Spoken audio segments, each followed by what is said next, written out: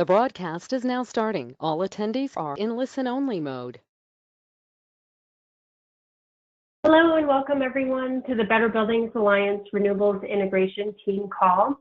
I hope you're all hanging in there with social distancing restrictions, and on behalf of the Better Buildings Initiative, we're pleased to move forward in continuing to provide our Better Buildings members with technical information and resources that we have always provided in the past. This is Rose Langner from the National Renewable Energy Laboratory. I am the technical lead for this Better Buildings Alliance team. And we have a really exciting call today on utility rate structures and opportunities to incentivize load flexibility. I'm pleased to have Chris Perry from ACEEE and Candice Tsay from Con Edison in New York join us. Next slide.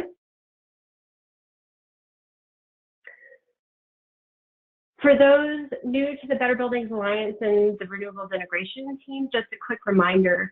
The Better Buildings Alliance serves as a platform for commercial building owners, managers, and industry partners to share and deploy innovative, cost-effective energy-saving solutions for greater adoption of advanced technologies, more profitable businesses, and better buildings. Next slide. The Renewables Integration Team itself focuses on the strategic use of renewables in our commercial building stock, building load flexibility and grid coordination to understand how our buildings can become an asset to our power grid. And our aim is to provide resources, information, and guidance on these topics to you, building owners and managers. We also look to our Better Buildings members for input on possible research or resources needed to help guide our decisions on these topics as well. So please don't hesitate to ever reach out to us at any time. We're always happy to engage in conversations with the Renewables Integration Team focus. Next slide. The agenda today, I will spend about 5 to 10 minutes going over our call introduction and quick announcements. This will be followed by our 2 technical presentations on utility rate structures and opportunities to incentivize load flexibility. And lastly, Theo Kasuga and I will lead at least 10 minutes of Q&A. Please note that this call is being recorded, and we do encourage your participation in the discussion at the end. All attendees are muted, but you can type your questions or comments into the chat box as the presentations proceed. We'll address these questions and comments at the end during our Q&A session. Next slide. And just a quick round of introductions to the Renewables Integration Team. Again, I'm Rose Langner. I'm an architectural engineer in the Commercial Buildings Research Group at NREL, and I'm the technical lead of this team. Next slide. Guidehouse, formerly Navigant, is on board providing technical team support. We have Theo Kasuga. He's a managing consultant in the energy practice at Guidehouse, and Bill Getzler, who's the managing director at Guidehouse's energy practice. And I'd like to point out that Theo has been instrumental in helping me organize these calls and in communicating to our Better Buildings members. So you've probably gotten emails from him, and you will hear more from him as we move forward with these calls. Next slide.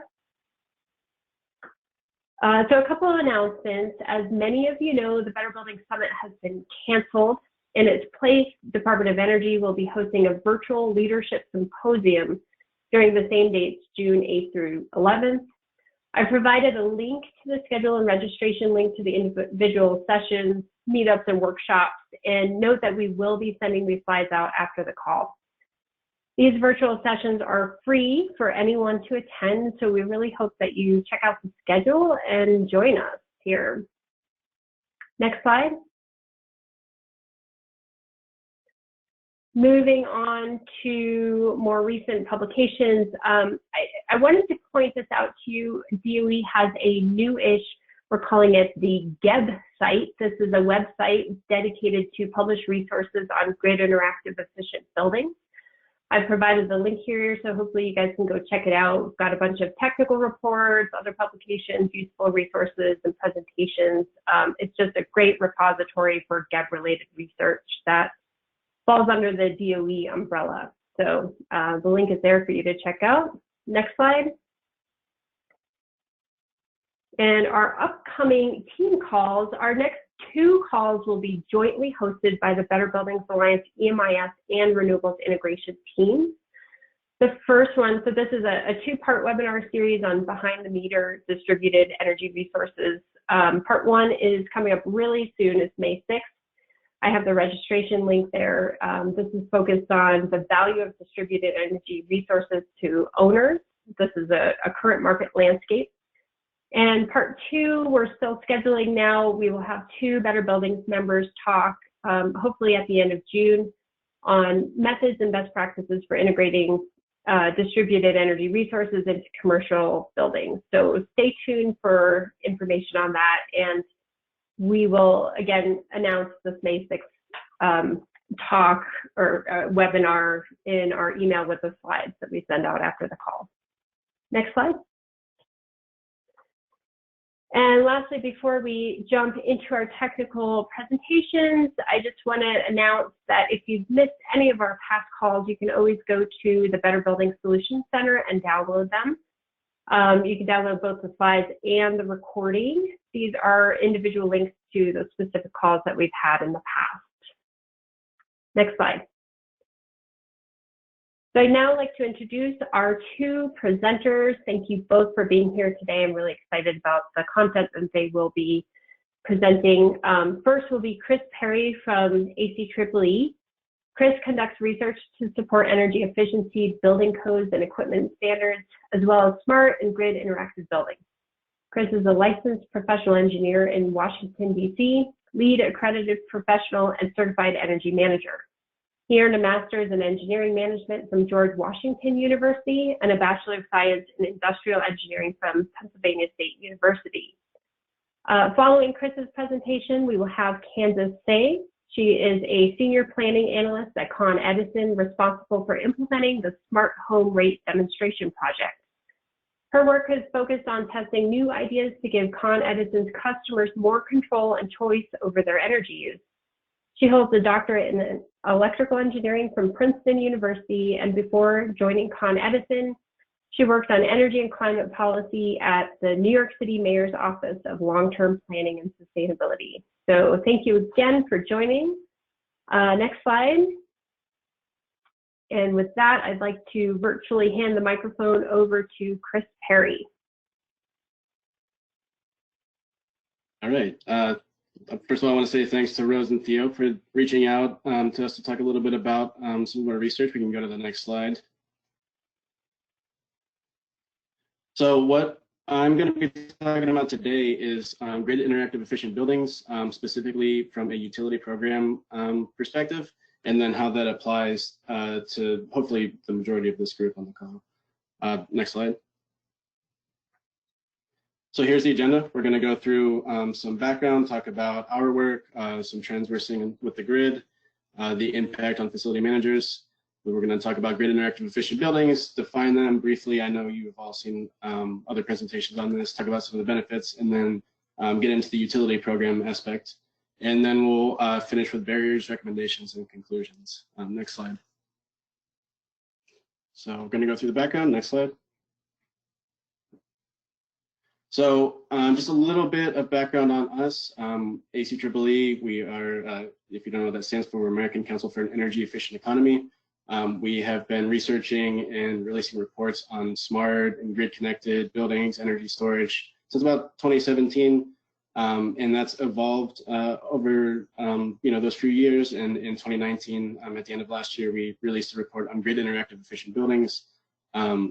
And specifically on utility programs and how can they get more of this type of grid interactive technology out into the market and make buildings more grid interactive. Next slide.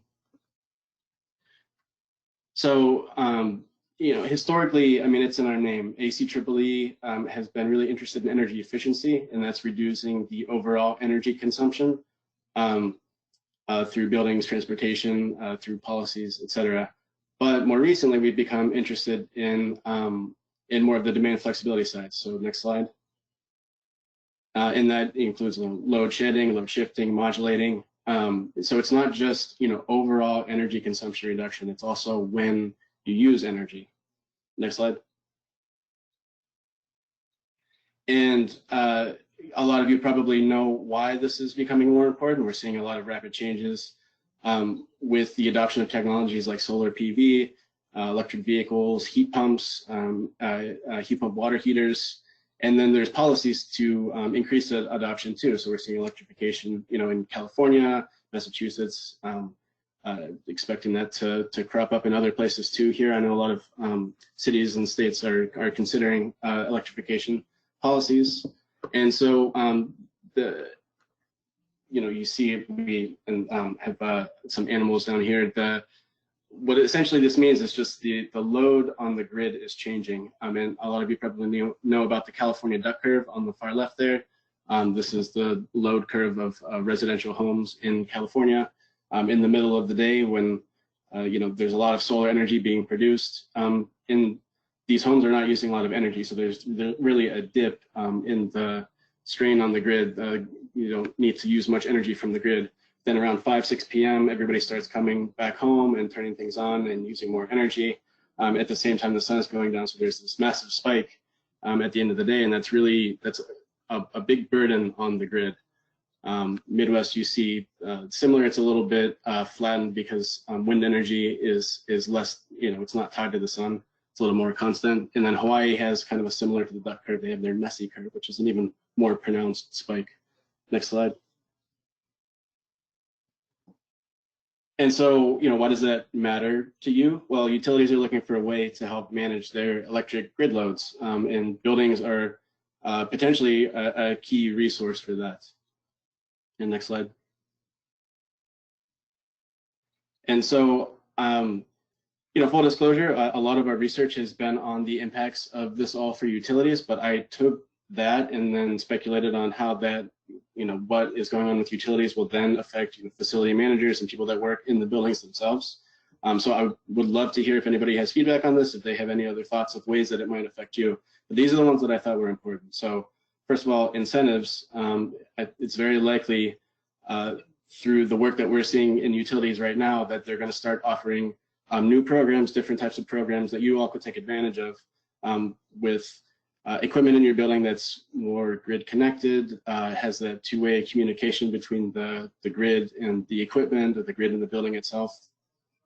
The second one, rates, you may start seeing new rate structures. Candice is going to go into this more in the presentation after me, so I won't talk too much about it, but you will likely start seeing rate structures that incentivize these technologies that have this grid interactivity component, specifically when the energy is used, potentially new and, types of structures you haven't seen before. From a skills and workforce perspective, the training that's going to go into this is going to be really critical to, A, making grid interactive buildings a success, and B, helping you all with your professional careers and making you more valuable in the marketplace. So workforce is something we're going to talk about a little bit later, but this is something to keep in mind. It's a really important component. And then recognition. This is where if you, I know DOE right now is really interested in grid interactive efficient buildings. They're investing money in it, and if your building were to be one of these that's an early mover, is a demonstration project, you could earn recognition for it. Really be seen as a technological leader in the field. So next slide, please. So now we're going to talk about grid interactive efficient buildings themselves. Next slide. So I just wanted to make sure we're on the same page. I think most people know what they are at this point, but grid interactive efficient buildings, or Gibbs, they are highly efficient buildings that can communicate with and serve as a resource for the grid, which, like you saw in the previous diagram, is maybe shedding or shifting loads. And then GEB utility programs. So we say that they are programs that accurately value and incentivize energy efficiency and load flexibility benefits of buildings and their efficient and connected technologies. So, what does that mean? I think we could define that by what it isn't. So a traditional utility program is you have energy efficiency over here, and then you have demand response over here. They're totally separate. They don't really talk to each other very much. There's not a whole lot of overlap. They have different goals, different things they want to achieve, most of the time different types of technologies that they're interested in. So to us, the GEB program marries these two value streams together, where it's a holistic look at not just energy efficiency are not just demand response slash demand flexibility, but it's taking all of that into account and finding a way to accurately value it for that specific utility. Next slide.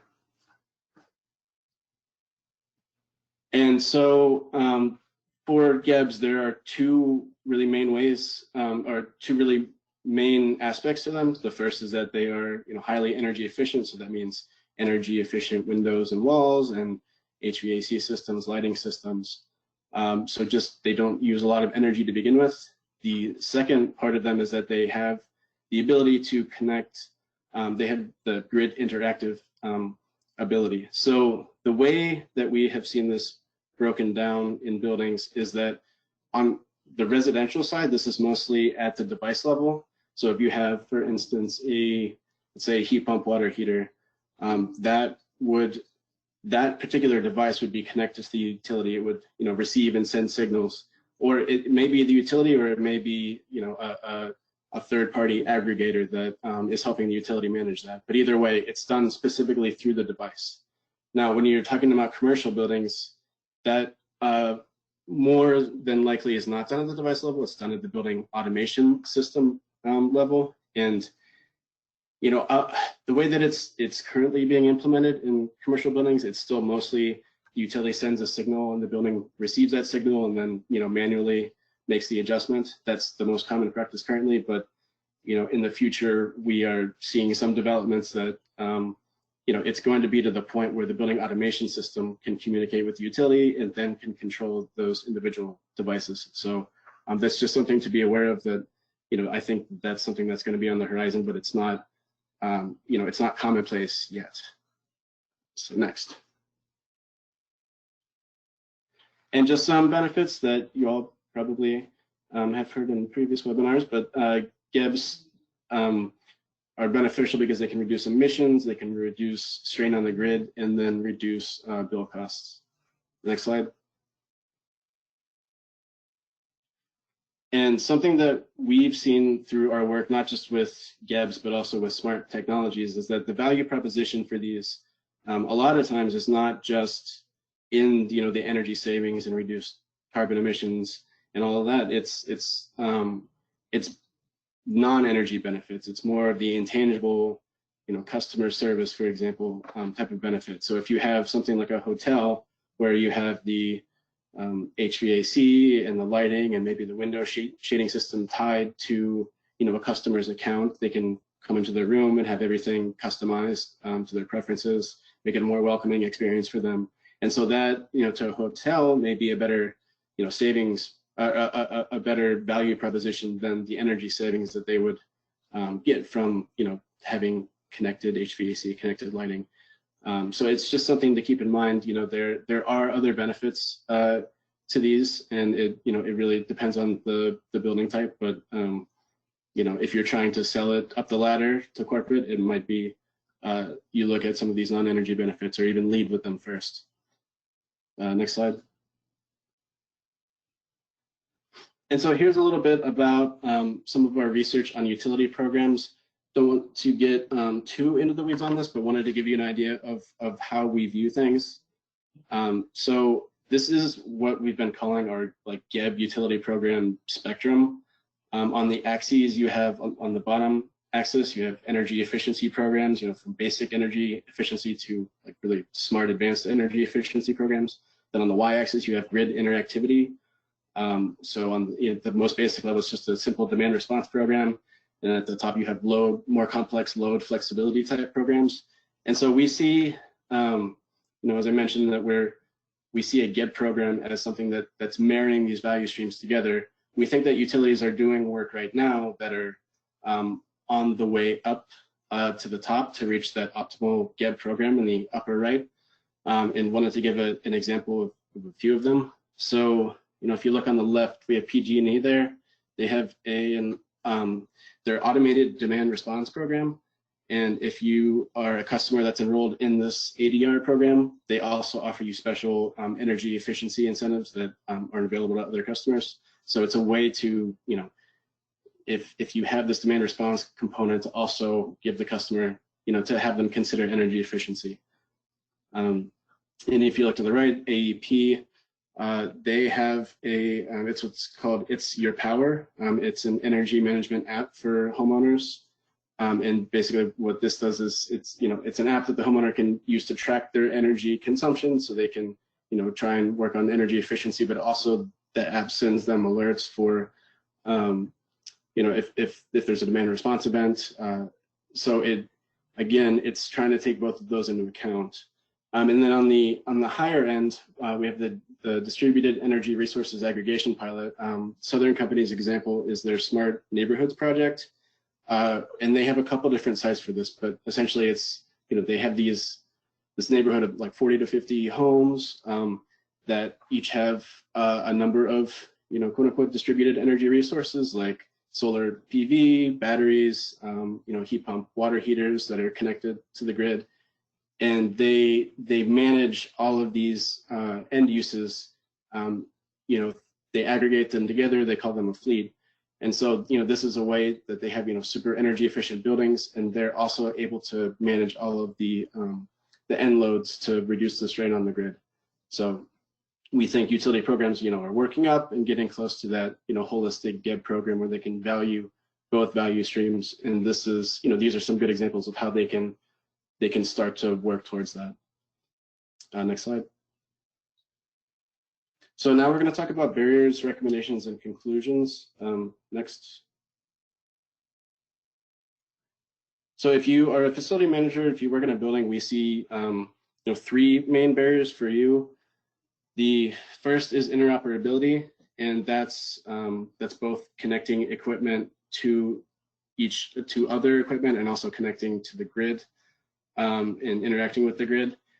I think the way that we view it is ideally at some point we're going to have connected equipment that you can just install in your building. It's plug and play essentially. Once you install it, it's a very quick connection to other relevant equipment. All your systems connect together relatively easily and painlessly.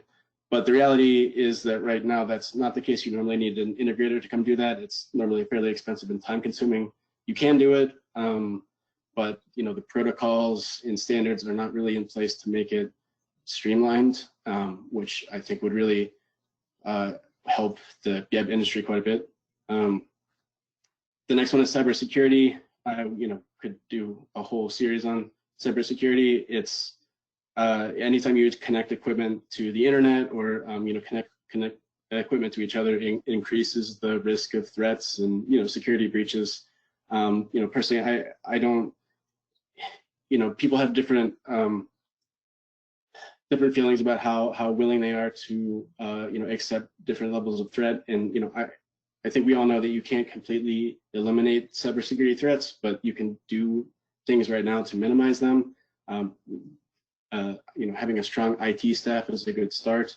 Making sure they're well funded and make sure that an IT staff is involved in the process of connecting equipment and connecting your building. And finally, we have workforce. And workforce is a massive issue, and we are actually releasing a report on this in August. I think that's when it's slated for.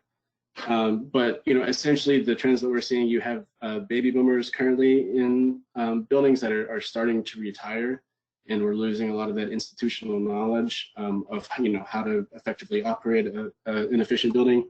And we have millennials rising through the workforce right now that are maybe technology and this connected equipment comes a little bit more naturally to them because they grew up more with technology, but they don't have as much of the expertise in buildings as the retiring generation does. So there's some interesting trends that we're starting to see, this a lot of this comes down to effective training techniques and really preparing your staff for changes. So next slide. And then really quickly, these are barriers that we're seeing for utilities also. So I mentioned organizational silos, separate energy efficiency and demand response departments. Again, working to marry those two together is one way to start overcoming this issue. Technology expertise, a lot of utilities, if they are going to be doing this grid interactive two-way communication building type program, there's going to be a lot of data flow to them, and they need to be prepared to deal with that, and have the expertise on site to handle it, to be able to analyze it and use it correctly. And so utilities can start either beefing up their technology expertise now, or potentially they could look to outsource this to a third party, like the aggregators that I mentioned previously. Policy mandates. So we've heard from utilities that a lot of this is easier for them to justify if it comes from top down. So just having this come from government or from their regulators would be really helpful to allow them to do these types of exploratory programs. And then metrics and valuation. This is one of the biggest ones, is just for a utility to understand what is the value of grid flexibility and energy efficiency in our area. It's going to change a lot depending on the location, what their grid mix looks like. There's a lot of hydropower in the Pacific Northwest that might change things compared to nuclear in the south, or coal. And it also depends what are their metrics. Are they mostly interested in saving energy? Are they interested in carbon reduction? So it's really it changes quite a bit depending on the utility, their location, what their values are. Next slide. So conclusions for utilities, we're saying, start taking steps now to create these holistic GEB programs. That's going to help them in the future when they start experiencing the grid strain, like we're seeing in California and other parts of the country. It's only going to increase as these trends continue. So so include GEB technologies in your long-term plans, break down the silos in departments, expand the IT department, for the increase in data, and then figure out the value of grid interactivity to you. And if any utilities happen to be on the call, we do have a working group that we meet every couple months or so. So reach out to me separately, and we would love to have you involved in our group. Next slide. And we're back to the same list that I had earlier, but I wanted to reiterate it. So conclusion, if you're a facility manager, we think that preparing for GEBs now is going to give you and your facilities an advantage. You take advantage of incentives. You might be seeing new rates, workforce training and skills for you and your staff, and then potentially recognition for your building. And next slide. And with that, I look forward to the discussion and would love if you want to follow up later with questions or comments. Great, thank you so much, Chris. That was really interesting, especially to hear about some of the more holistic utility GEB programs that are coming online, and also to discuss some of the barriers that we're seeing by both the building owners and the utilities.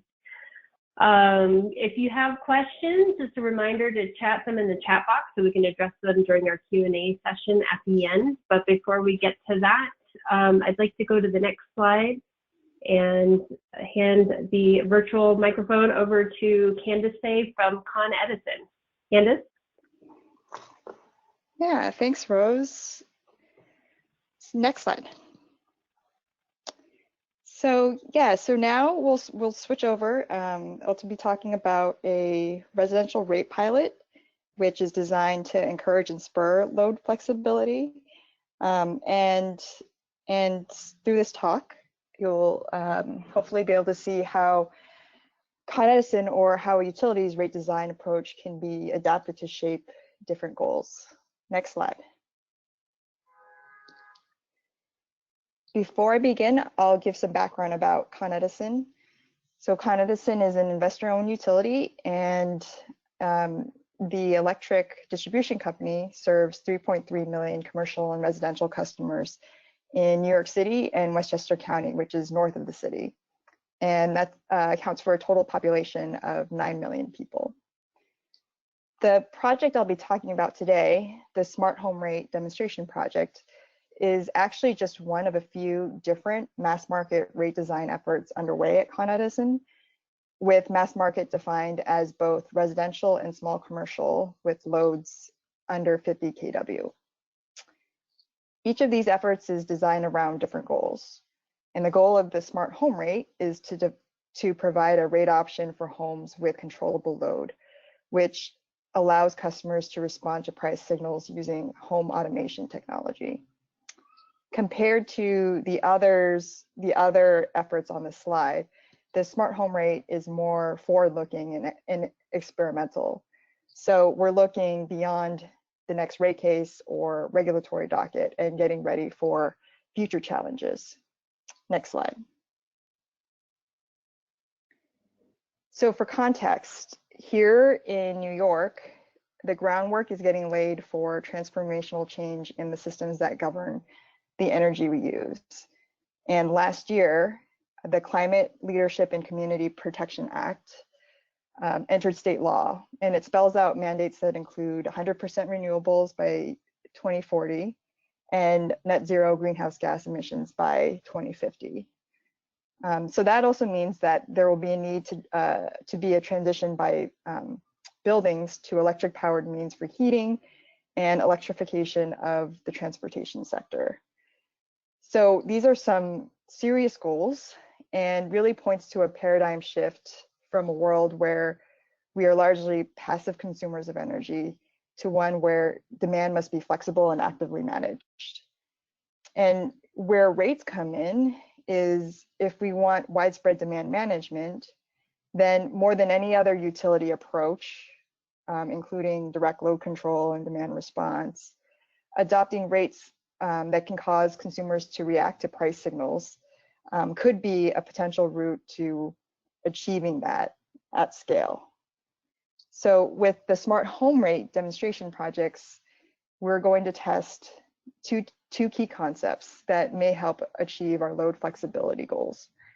One is to design a rate that accurately reflects cost drivers, and two, provide in-home technology that enables price responsiveness. Next slide. So we're testing a brand new rate, and our big question is, how will customers react? So we'll be testing our concept empirically in a rate pilot and test two different technology approaches and rate variations.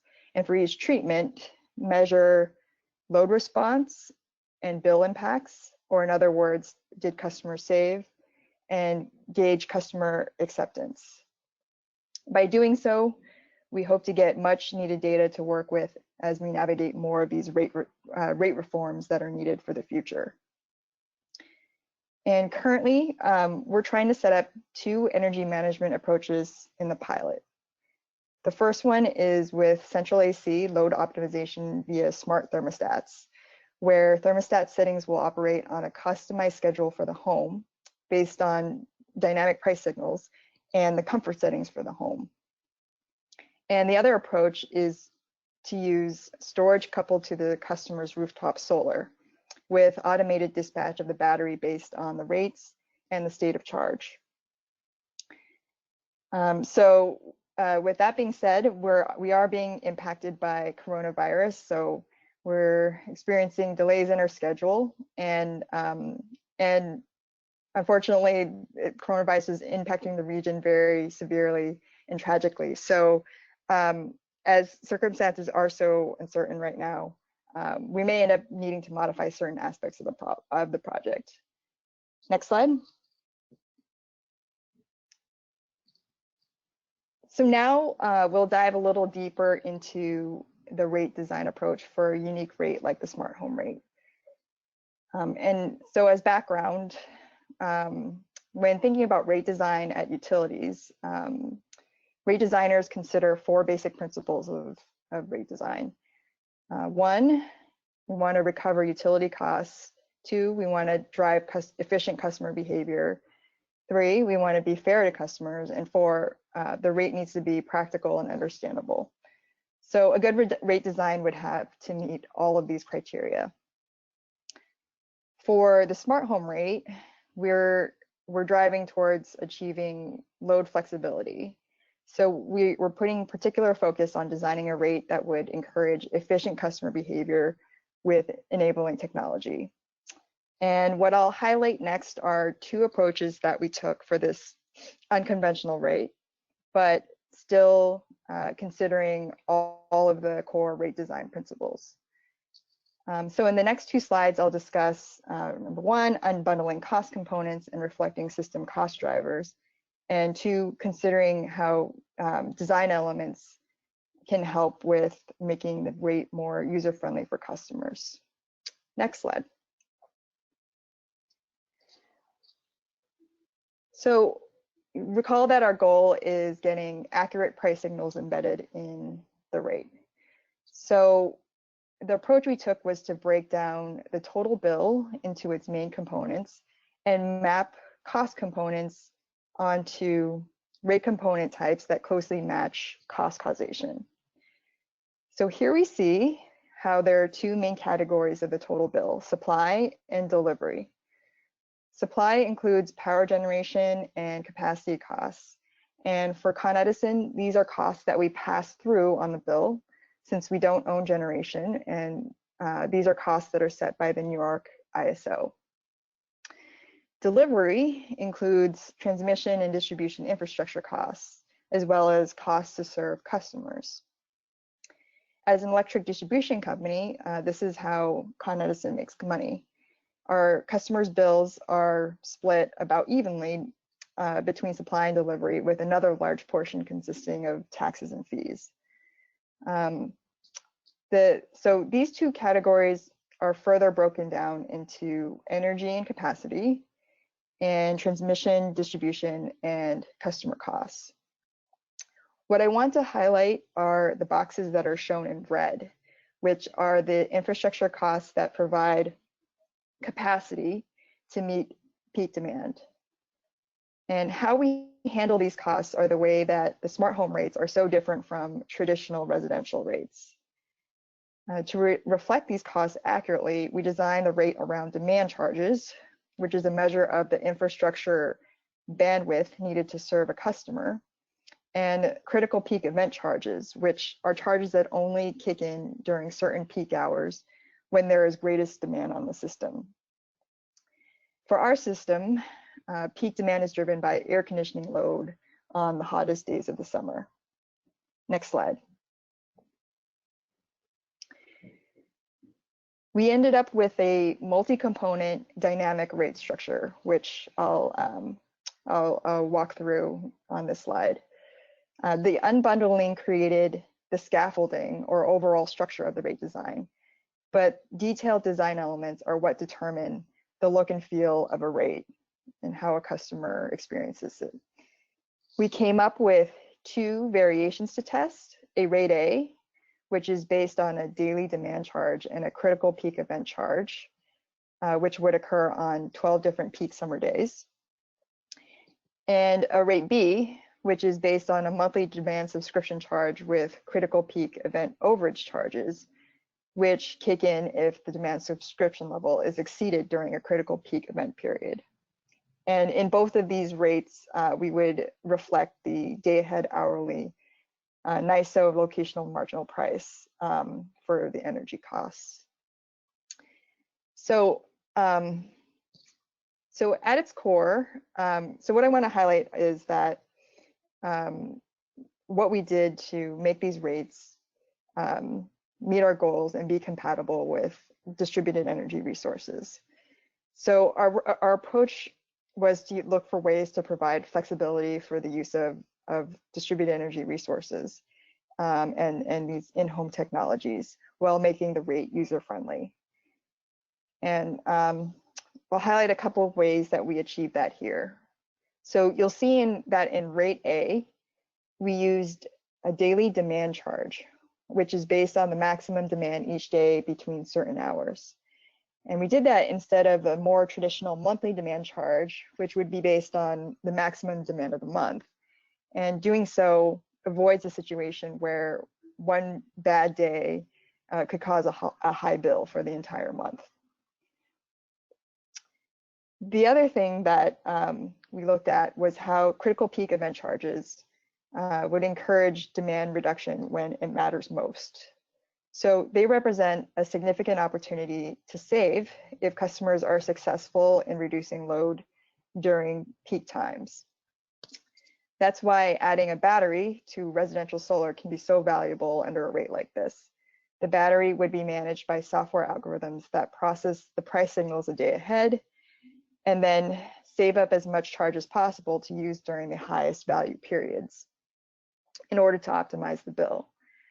For a complex rate like this, the automation and optimization technology really is integral to the customer experience. We don't have to worry as much about the customer managing the complexities of the rate if there is a technology that takes care of the bill optimization automatically. Next slide. In conclusion, we have heard how innovative rates may be a key mechanism for achieving load flexibility for transformational change.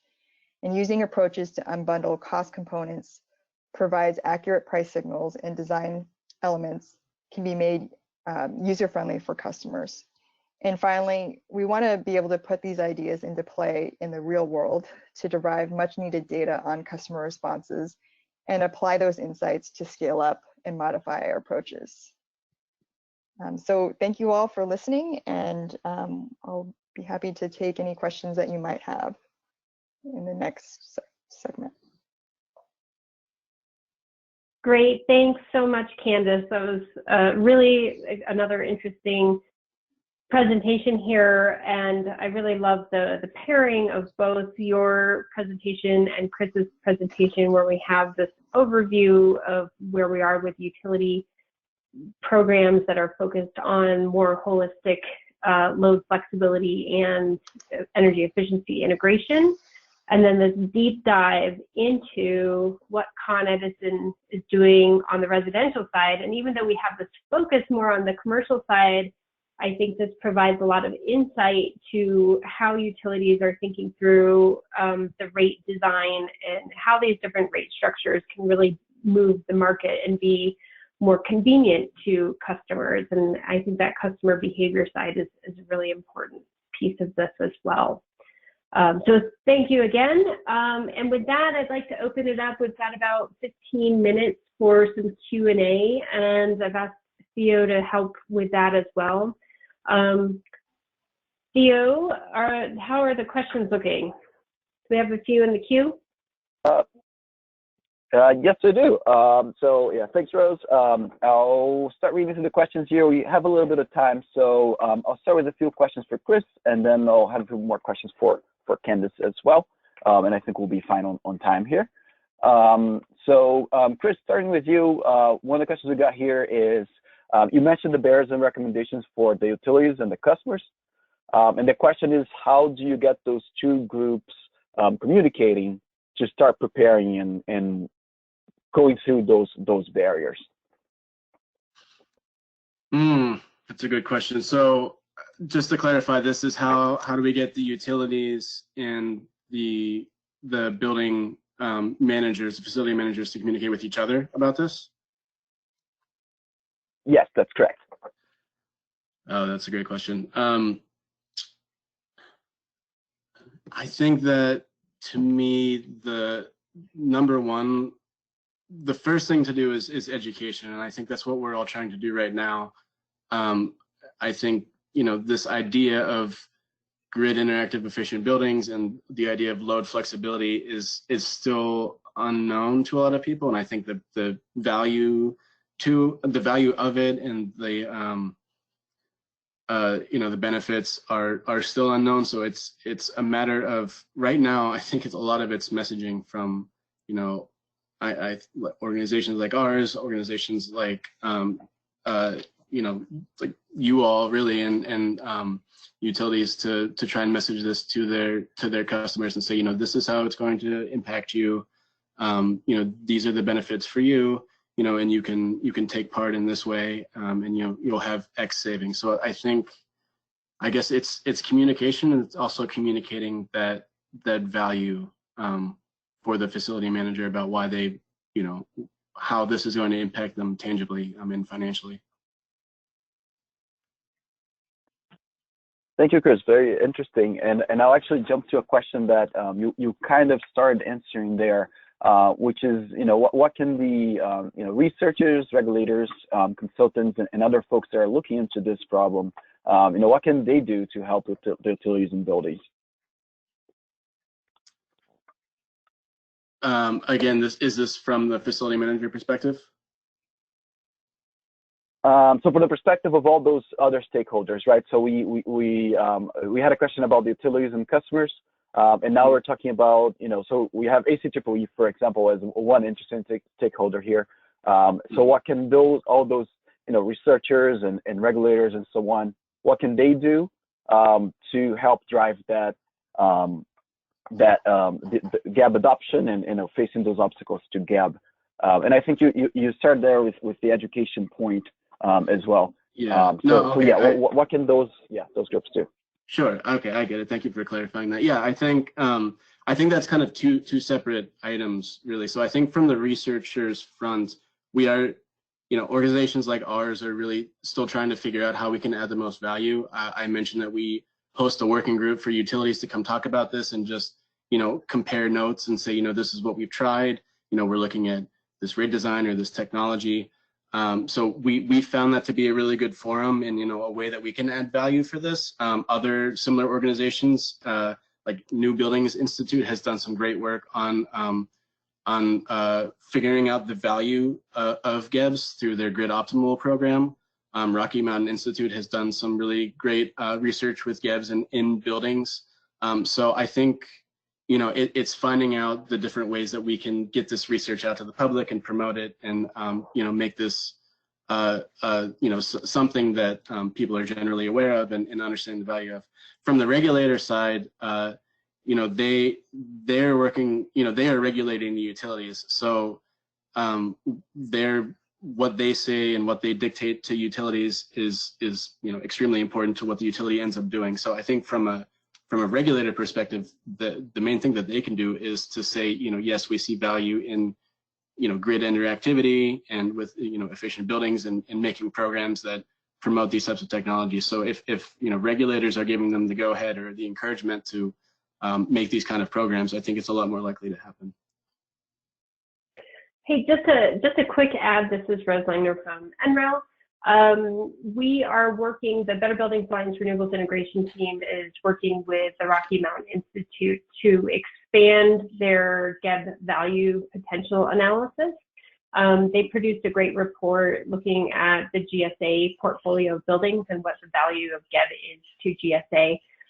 We are expanding that to look at two Better Buildings members' portfolios, and that's just in the beginning of the effort right now, and we hope to wrap it up by early next calendar year, 2021. So that will be a resource that we can provide also to our members when it's ready. That's great, and actually that reminds me, I didn't even, I acknowledge some of the nonprofit research, but big shout out to the labs, the national labs like NREL and LBNL that are working on, some of the more, difficult technical aspects of this, like integration and overcoming barriers like that. So the labs are doing great work that is supporting all of this. Thanks, Chris. Perfect. And yeah, on that note, Chris, are there any resources from ACEEE that you'd like to plug? Any specific areas or websites that people can go to get more information on this subject? Yeah, we have a website that we dedicated to grid interactive efficient buildings that we try to keep updated with latest reports, including our own reports and from others. And it's I can maybe send it after this if I don't know if you do a follow-up email with the slides, but I can send it, and that has a great starting list of resources for this. Perfect. Thank you. Yeah, we'll look into that, into sharing that list. Yeah. Sorry, Rose, go ahead. I was just going to say the same thing. We will be sending the slides, a link to the slides out, and any other links that were relevant in the presentation to everybody after the call. Okay, great. All right. Well, thank you so much, Chris. Really appreciate the presentation and answering the questions here. So I'll move on to a few questions for Candice.